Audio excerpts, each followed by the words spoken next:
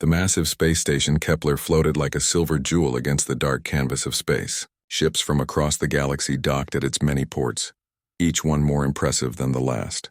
The Galactic Naval Symposium happened only once every 10 years, and this time, everyone had come to show off their latest warships. Admiral Chen Wei walked down the long corridor toward the main exhibition hall.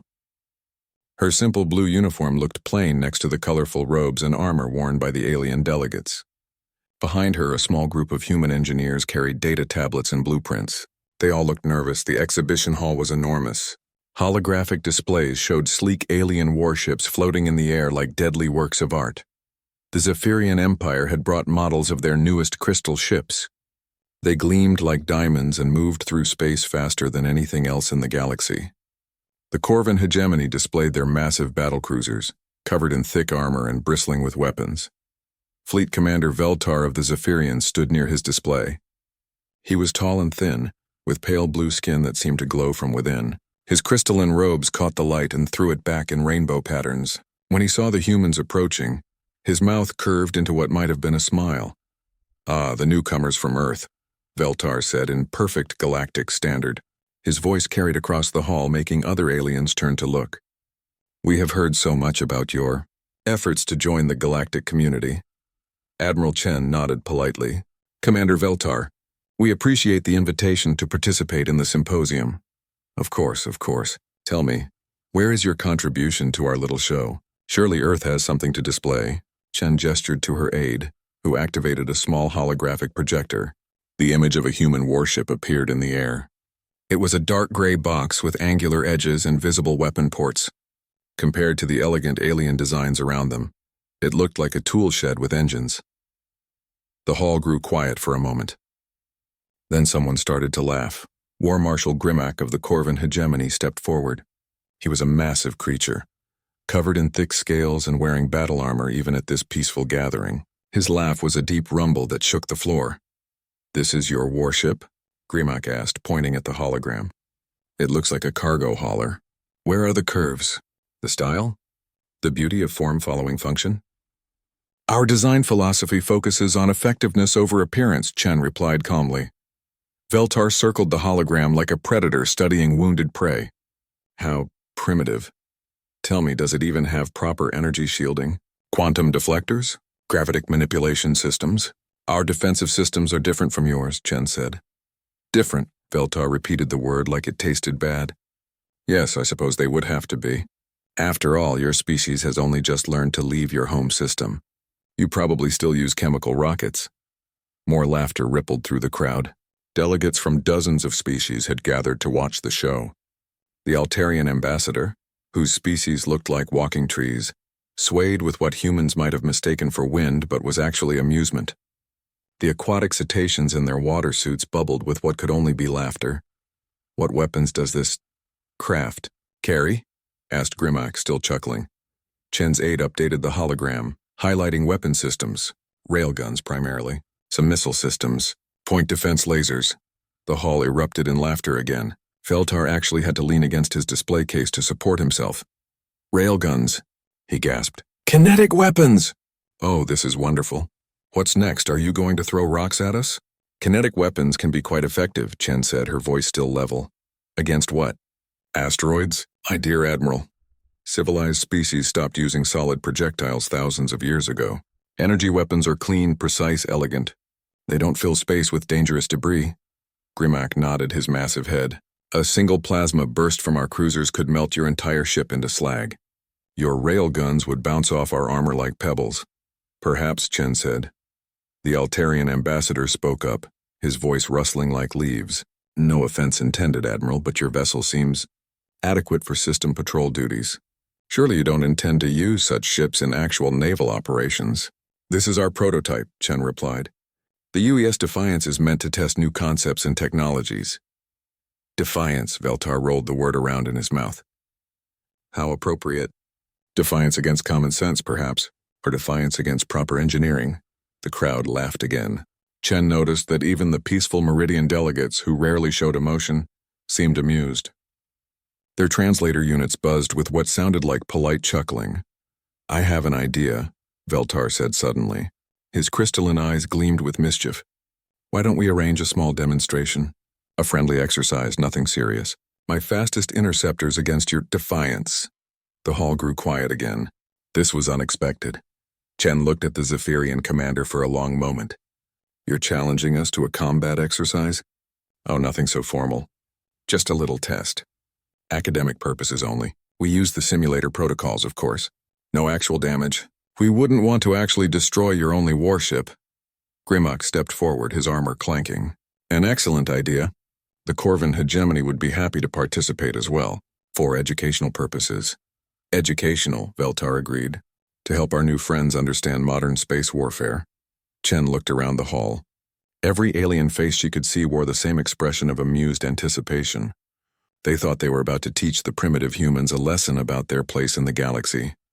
Very well, Chen said finally. The UES Defiance accepts your challenge. The crowd buzzed with excitement. Feltar clapped his hands together, the sound sharp as breaking glass. Wonderful. We can arrange the exercise for tomorrow. The asteroid field in the Sigma Centauri neutral zone would be perfect. Lots of room to maneuver. How many ships were you thinking? Chen asked. Veltar waved a dismissive hand. Oh, just a few. 3 of my interceptors, perhaps 2 of Grimlock's cruisers. Maybe we can convince some of the other delegates to join in. Make it interesting, Admiral Chen nodded slowly. Around the hall, she could hear aliens already making bets about how quickly the human ship would be defeated. The numbers were not in Earth's favor. Tomorrow it is, she said. As the crowd began to disperse, still chuckling about the upcoming educational exercise, Chen and her team made their way back toward their quarters. Her communications officer, Lieutenant Rodriguez, fell into step beside her. Admiral, he said quietly, they're going to bring everything they have. I know. The Defiance is just 1 ship. They'll have 15, maybe 20 vessels. Chen smiled for the first time since entering the exhibition hall. Yes, they will. Rodriguez looked confused, but he didn't ask any more questions. He had learned to trust his admiral's judgment, even when he didn't understand it. Behind them, the aliens continued to laugh and make their plans. Tomorrow would be very educational indeed. News of the challenge spread through Kepler Station faster than a plasma fire. By morning, it seemed like every being on the station knew about the friendly exercise between the aliens and the humans. The betting pools had grown so large that the station's financial systems had to be upgraded to handle all the transactions. The odds were not good for Earth, Admiral Chen found, herself eating breakfast alone in the human delegation's quarters. The other species had their own restaurants and social areas, but humans were still too new to have been invited to join any of the established groups. She didn't mind. It gave her time to think. Lieutenant Rodriguez approached her table with a datapad and a worried expression. Admiral, the final count is in. 17 ships?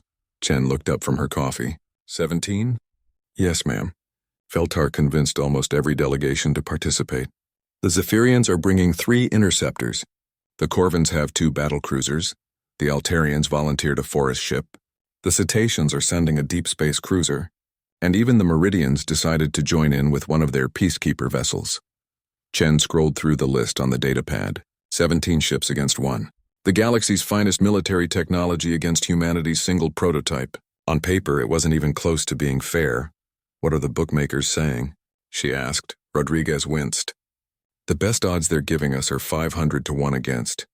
Most betting houses won't even take wagers on us winning. They're only taking bets on how long we'll last. How long do they think? The average guess is 12 minutes. Chen nodded and went back to her coffee. 12 minutes. The aliens thought the human ship would last 12 minutes against their combined fleet. She had to admit, if she didn't know what the Defiance was really capable of, she might have agreed with them. A chime sounded at the door. Chen looked up to see Captain Sarah Reeves enter the quarters. She was young for a starship captain, only 35. But she had more combat experience than most officers twice her age. The series of colonial wars that had raged through human space for the past decade had produced a generation of very experienced, very dangerous military leaders. Admiral, Captain Reeves said, taking a seat across from Chen. My crew is ready. How are they taking the news about our odds? Reeves smiled. It was not a pleasant expression. They think the aliens made a mistake. Only one mistake? Well, the biggest mistake was challenging us. But they made others too. Commander Torres in engineering thinks they've never fought against modular ship design. Lieutenant Park in weapons believes they've never seen coordinated AI-assisted combat. And Chief Martinez just laughs every time someone mentions the 17-to-1 odds. Chen nodded. Chief Martinez had been in more space battles than the rest of the crew combined. If he was laughing, that was a good sign. What about you, Captain? What do you think their mistake was? Reeves was quiet for a moment, looking out the viewport at the alien ships docked around the station. I think they made the same mistake humans used to make, back when we first started fighting each other in space. They think the biggest ship wins. They think the most advanced technology wins. They think the most guns win. And what really wins? The side that wants it more. The side that's willing to do whatever it takes. Reeves met Chen's eyes. The side that fights like they mean it. Across the station, the alien crews were making their own preparations. The exercise was scheduled to begin in 6 hours, and the various species were treating it like a celebration. Veltar had invited several ambassadors to observe from his command ship. Grimac was planning a victory feast for after the demonstration. Even the normally serious Meridians had prepared ceremonial recordings to commemorate the event. In the Zephyrian section of the station, Fleet Commander Veltar reviewed the tactical display with his officers. The 3 Zephyrian interceptors were beautiful ships, all curves and crystal formations that could bend light around them. They were the fastest vessels in known space, capable of dancing around enemy fire while striking with surgical precision. The human ship is large and slow, Veltar told his pilots. It will try to use those primitive kinetic weapons at long range. Stay mobile, stay fast, and hit their engine sections. Once they lose power, the exercise is over. In the Corvin military section, War Marshal Grimac studied the human ship's specifications with professional interest. The Defiance was certainly unusual looking. All angles and flat surfaces where proper warships had curves and flowing lines. But size alone could be dangerous if not handled correctly. Do not underestimate them, Grimac warned his captains. Humans are new to space, but their species has a reputation for violence. They may fight dirty. Be ready for unconventional tactics, his captains laughed. Unconventional tactics from a species that still used solid ammunition? What could they possibly do that the galaxy hadn't seen before? Meanwhile, aboard the UES Defiance, the atmosphere was very different. Captain Reeves walked through the ship's corridors, checking on her crew's final preparations. The Defiance was smaller than the alien capital ships, but larger than most of their cruisers. What the aliens didn't know was that it had been designed from the beginning to be more than it appeared. In the engineering section, Commander Torres was running final diagnostics on the ship's most important systems. The fusion reactors were running at perfect efficiency. The modular separation systems showed all green lights. Most importantly, the quantum entanglement communication array that linked all 7 modules was functioning perfectly. How are we looking, Commander? Reeves asked. Torres grinned. Like a wolf in sheep's clothing, Captain. The aliens are going to get a very big surprise. In the weapons bay, Lieutenant Park supervised the loading of the railgun ammunition. Each tungsten rod was perfectly crafted, designed to punch through armor and shields that had never been tested against hypervelocity kinetic weapons. The missile tubes were loaded with advanced tracking warheads that could navigate the chaos of battle with inhuman precision. Ammunition load complete, Captain, Park reported. All weapon systems showing ready. In the bridge's combat information center, the ship's AI was running final calculations. The artificial intelligence was humanity's greatest achievement, capable of processing thousands of variables simultaneously and coordinating complex operations across multiple platforms. The aliens had never faced anything like it. AI reports all systems nominal, the computer officer announced. Combat coordination protocols are active and standing by. Captain Reeves took her position in the command chair. Around her, the bridge crew ran through their final checks. These were veterans, soldiers who had fought in the colonial wars where being outgunned was normal, and victory went to the most creative and ruthless fighters. All stations report ready. Captain, the executive officer announced. Reeves nodded and opened a communication channel to Admiral Chen on Kepler Station. Defiance to Admiral Chen. We are ready for departure. Chen's voice came back clear and confident. Good hunting, Captain. Show them what humans can do. Yes, ma'am. We'll try not to embarrass them too badly. The Defiance undocked from Kepler Station and began its journey to the Sigma Centauri asteroid field. Behind it, 17 alien warships followed like a parade of predators. The observers on the station settled in to watch what they expected to be a very short demonstration.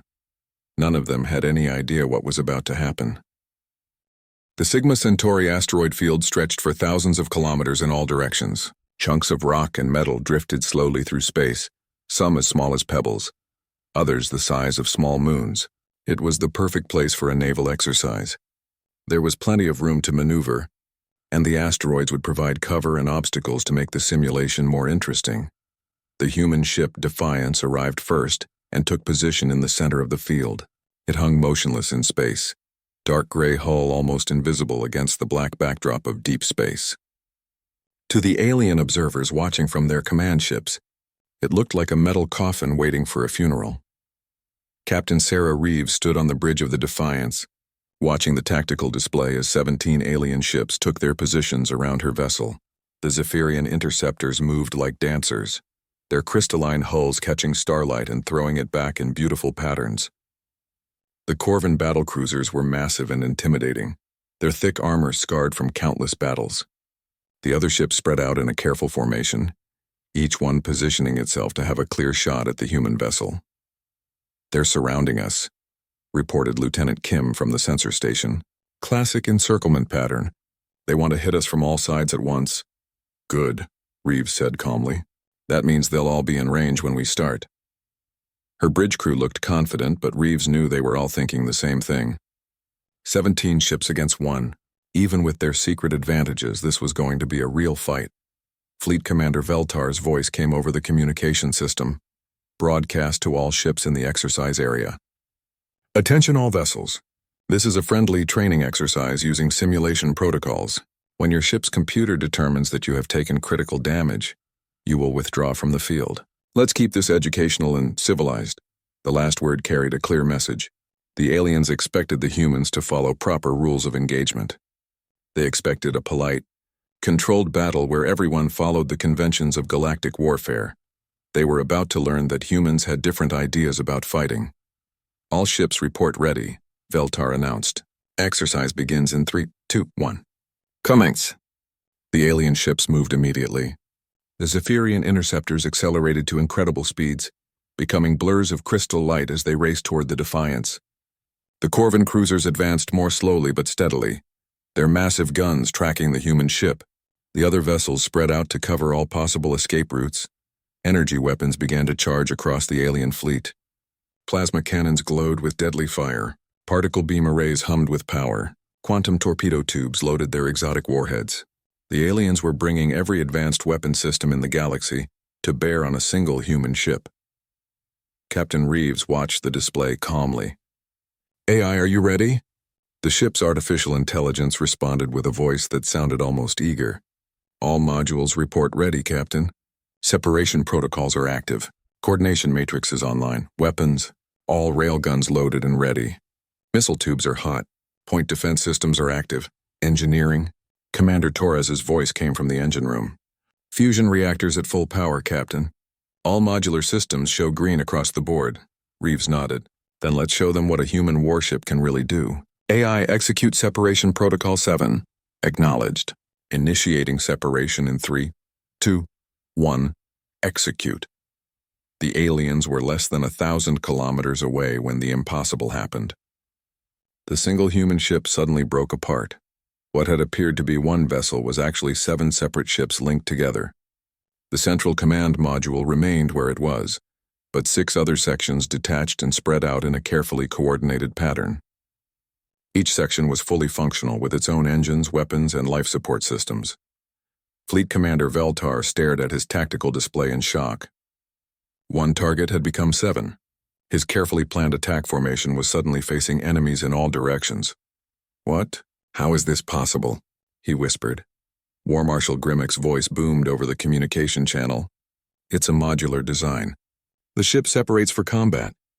The human modules didn't just separate randomly.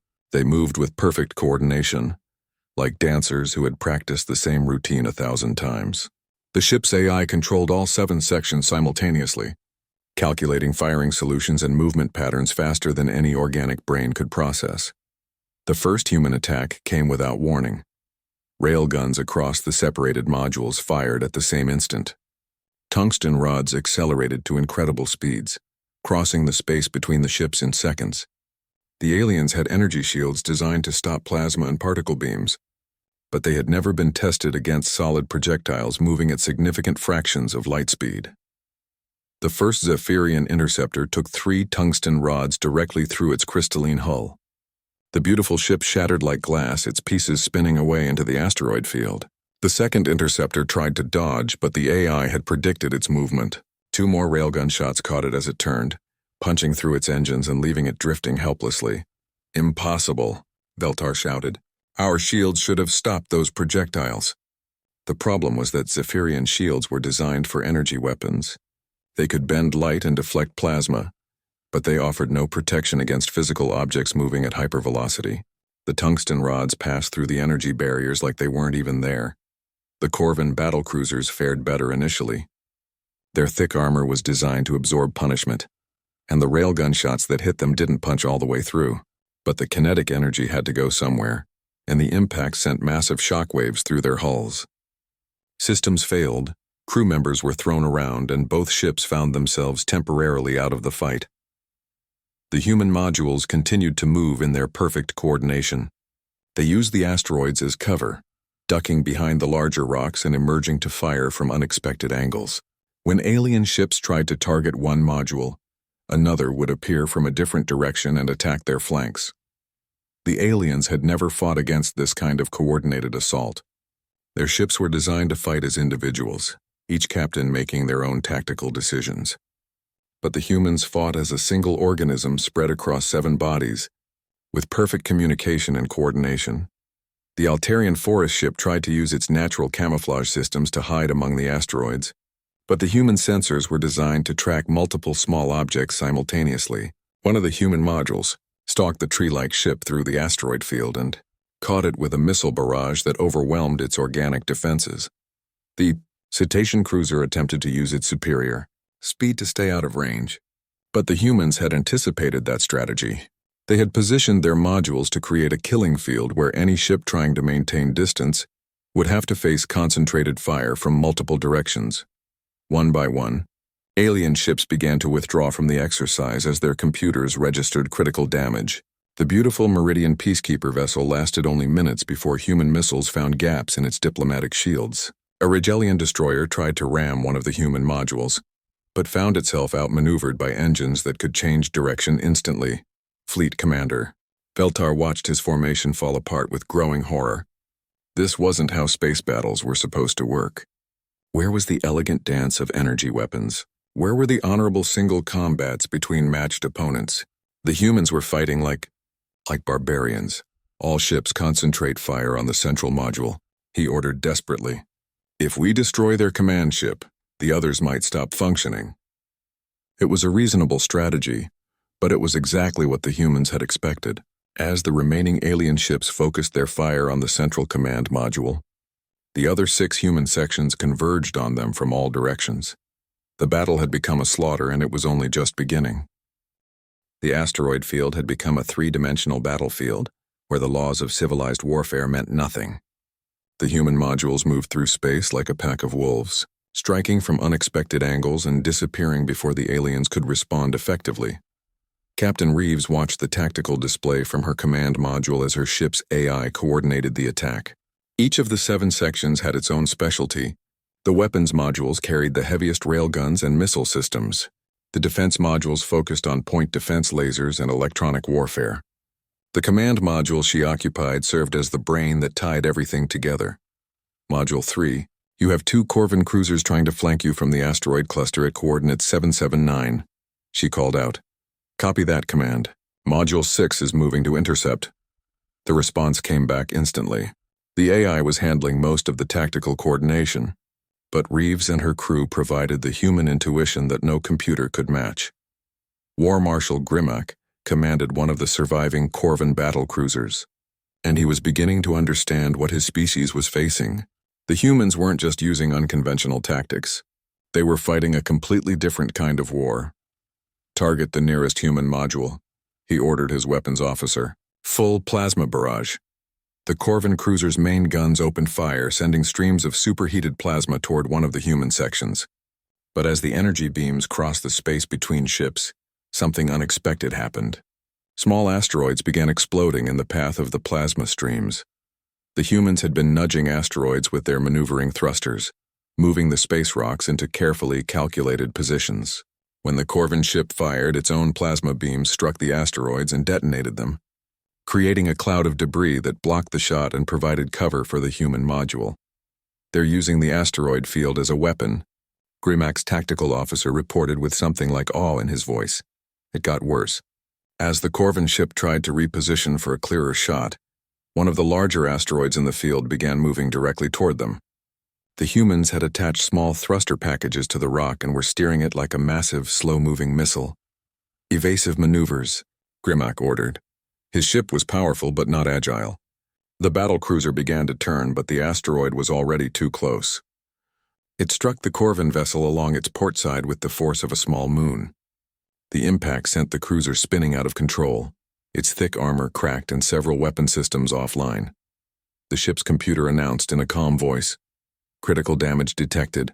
This vessel is no longer combat effective." Grimac slammed his fist against his command chair as his ship withdrew from the exercise. The humans had just used a rock to defeat one of the most advanced warships in the galaxy. Fleet Commander Veltar was having his own problems.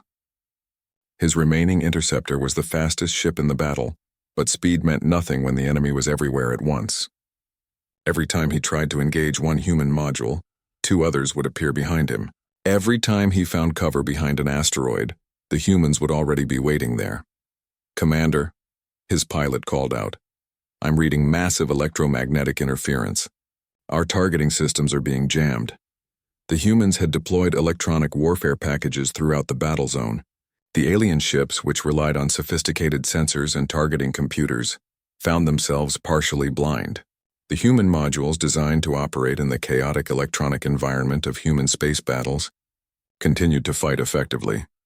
Veltar's ship was caught between two human modules when disaster struck. The humans didn't just fire their railguns at the interceptor. They fired at the asteroids around it. Tungsten rods struck the space rocks and shattered them, creating a deadly cloud of high-velocity fragments that overwhelmed the Zephyrian ship's defenses.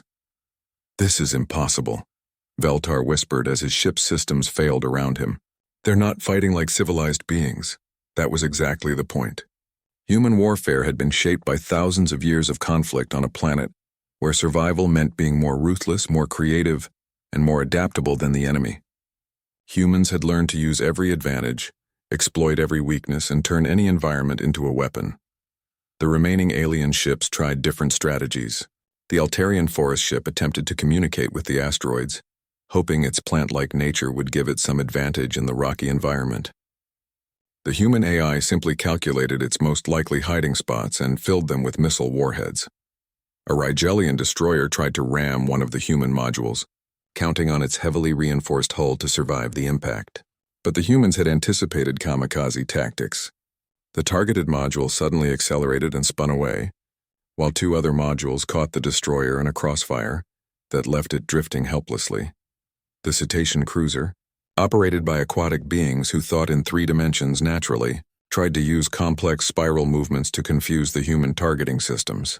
But the ship's AI was processing the movement patterns of all remaining vessels simultaneously and predicting their paths with mathematical precision. Module 5, target the Cetacean vessel.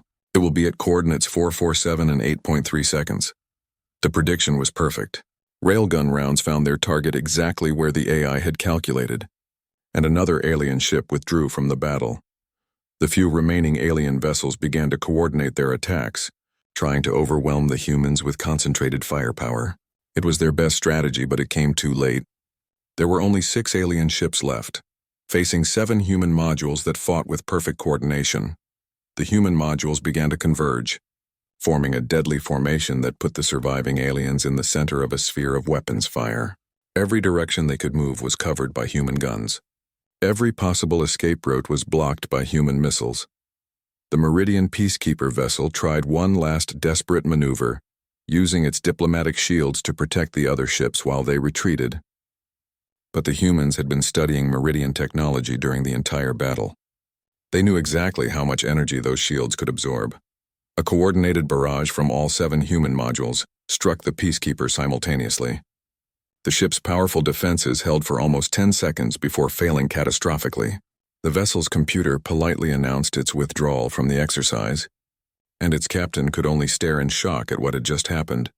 The remaining alien ships found themselves alone, outnumbered, and facing an enemy that seemed to have an answer for every strategy they tried. One by one, they too withdrew from the battle as their computers registered critical damage from human weapons that shouldn't have been able to penetrate their defenses.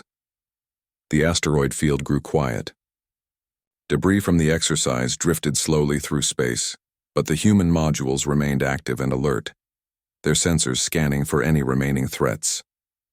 The battle had lasted less than 2 hours, but in that time, the humans had completely redefined what space warfare could be. Captain Reeves allowed herself a small smile as she watched the last alien ship retreat to safe distance. All modules begin recovery operations. Let's help our guests with their damaged systems. It was a gracious gesture, but everyone involved knew what it really meant. The humans were offering to help repair the ships they had just finished destroying. The message was clear: we can break you and we can fix you too. The galaxy was about to learn that underestimating humanity had been a very serious mistake. The journey back to Kepler Station was very different from the trip out. The alien ships limped home with damaged hulls and wounded pride, while the human modules of the Defiance had reconnected into their original configuration. The gray, boxy warship that the aliens had mocked just days before now looked like something else entirely. It looked dangerous. News of the battle results had reached the station before the ships returned. The communication networks buzzed with reports that seemed impossible to believe. 17 alien warships defeated by a single human vessel. The primitive newcomers had somehow won a battle that should have been a massacre in the other direction. Admiral Chen Wei stood in the main observation deck of Kepler Station, watching through the massive viewport as the ships returned. Around her, alien delegates whispered in a dozen different languages, all trying to understand what had just happened. Fleet Commander Veltar was the first to dock. His crystalline interceptor showed blast damage along its hull, and several of its beautiful light-bending panels were cracked and dark. He walked through the station's corridors with his head down, no longer the proud warrior who had issued the challenge. War Marshal Grimmick's battlecruiser had to be towed back to the station. The asteroid impact had left a massive dent in its port side, and several of its weapon turrets had been completely destroyed. The proud Corvin warrior said nothing as he passed through the customs area, but his expression spoke volumes. One by one, the alien commanders returned to the station. Each one looked like they had seen something that challenged everything they thought they knew about warfare. The elegant Altarian ambassador moved slowly, his tree-like form drooping with what humans might have recognized as depression. The cetacean delegates bubbled quietly in their water suits, a sound that no longer carried any trace of amusement. Captain Sarah Reeves was the last to dock. She walked through the station's corridors with the same calm confidence she had shown before the battle. But now the aliens who saw her stepped aside respectfully. Word had spread quickly about the human captain who had commanded the impossible victory. The alien delegates gathered in the main conference hall, the same room where they had laughed at Earth's primitive warship just 2 days earlier. Now the laughter was gone, replaced by something much more serious. Fear mixed with respect, curiosity mixed with concern about what humanity's rise might mean for the established galactic order. Admiral Chen entered the hall and walked to the same podium where she had presented the Defiance's specifications. The room fell silent as every alien eye focused on her. She looked exactly the same as before, calm, professional, unremarkable. But everyone in the room now knew that appearance could be very deceiving. Ladies, gentlemen, and beings of all classifications, Chen began, her voice carrying clearly through the hall's translation systems. I want to thank you for participating in yesterday's exercise. It was very educational. Fleet Commander Veltar stood up slowly. His crystalline skin had lost much of its inner glow, and when he spoke, his voice lacked its earlier arrogance. Admiral Chen, he said formally, I owe you and your species an apology. We underestimated your capabilities. We made assumptions based on appearances rather than reality. Chen nodded graciously. Apology accepted, Commander. But I think there are some things you should understand about how humans approach warfare. She activated the holographic display, but instead of showing the defiance, it now displayed tactical recordings from the battle. The aliens watched in fascination and growing understanding as the human strategy unfolded before them. Other species in the galaxy have perfected individual technologies, Chen explained. Zephyrian energy shields are the best in known space. Corvan armor is virtually impenetrable by conventional weapons. Altarian camouflage systems are nearly perfect. The hologram showed human tungsten rods punching through Zephyrian shields. Corvan ships being battered by kinetic impacts their armor couldn't absorb, and Altarian vessels being tracked despite their camouflage. But humans learned something different during our long history of warfare. We learned that the most advanced individual technology means nothing if your enemy refuses to fight by your rules. War Marshal Grimac rose from his seat. The massive Corvan looked smaller somehow, diminished by the experience of defeat. Your ship fought as one mind across multiple bodies, he said. Our vessels each fought alone even when we tried to coordinate. How is such perfect unity possible? Chen smiled slightly. Artificial intelligence, Marshal. But not just any AI. Our computers are designed to think like humans, to be creative, adaptive, and above all, ruthless when necessary. The word ruthless sent a ripple through the assembled delegates. Civilized species had spent thousands of years trying to remove such primitive concepts from warfare. They fought according to rules with honor, following established conventions that kept conflicts from becoming too destructive.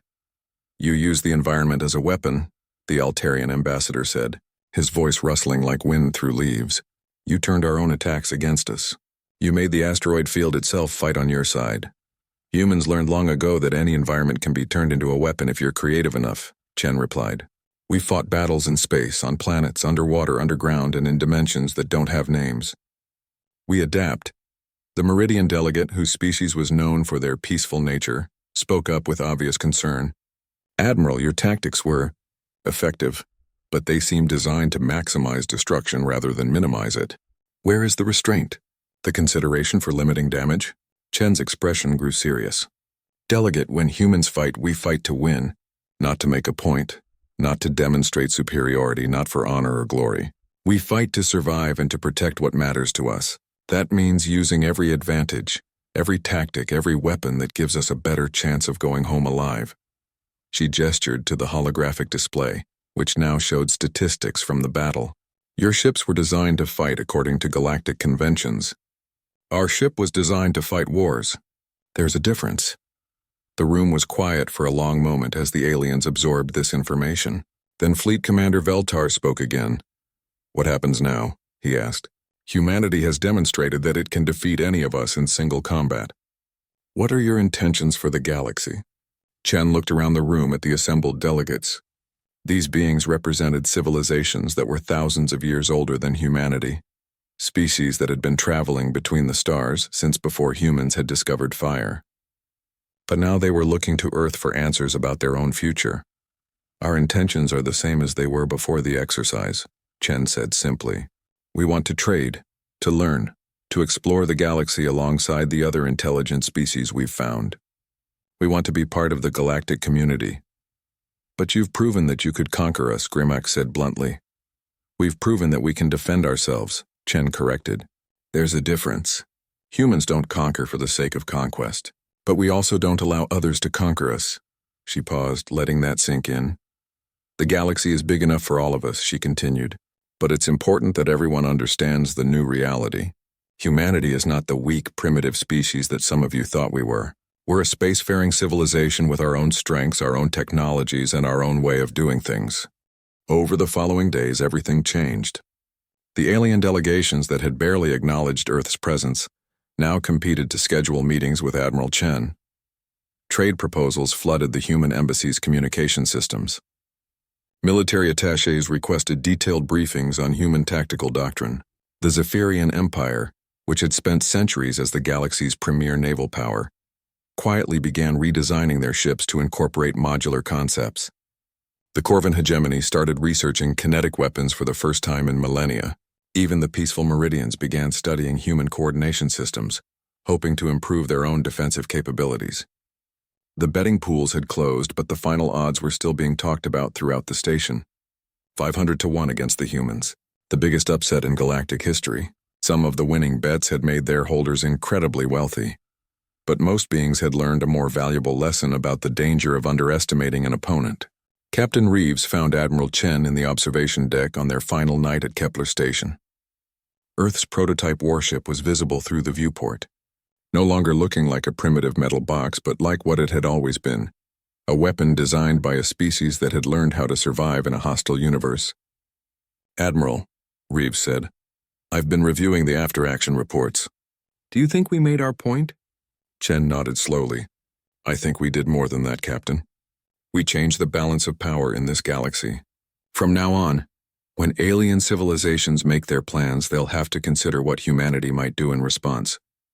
And if they don't like the new balance," Chen smiled, the same calm expression she had worn throughout the entire confrontation, "then they'll learn the same lesson that 17 ships learned in the Sigma Centauri asteroid field. Humans are very good at teaching that lesson." The UES Defiance undocked from Kepler Station the next morning, beginning its journey back to Earth. Behind it, the galaxy struggled to adjust to a new reality where the species they had mocked now commanded respect, fear, and grudging admiration. The age of human expansion had begun, and it would be unlike anything the galaxy had ever seen before.